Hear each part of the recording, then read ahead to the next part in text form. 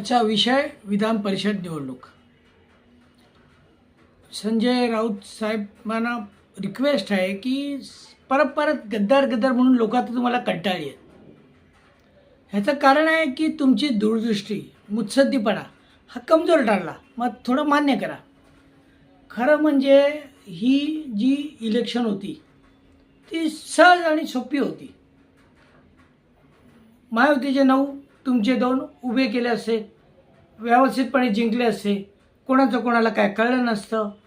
पण तुम्ही तिसरा जेव्हा उमेदवार उभा करता तेव्हा बिचार त्या शेकापचे जे उमेदवार आहेत जयंत पाटील, त्यांना निवडून आणायची जबाबदारी तुमची होती.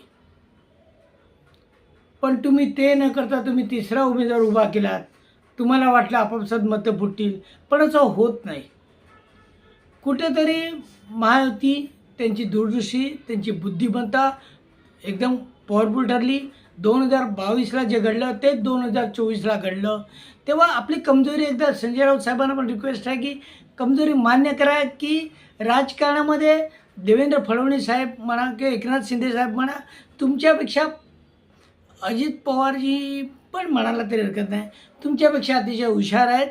मग तुम्ही ज्याला जाणता राजा म्हणता ते शरद पवार राष्ट्रवादी, त्यांचं पण एक मत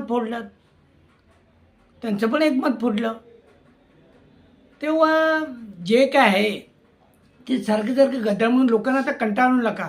लोक आता तुम्हाला कंटाळली आहेत यासारख्या गद्दार शब्दाला. सच का सांगणार.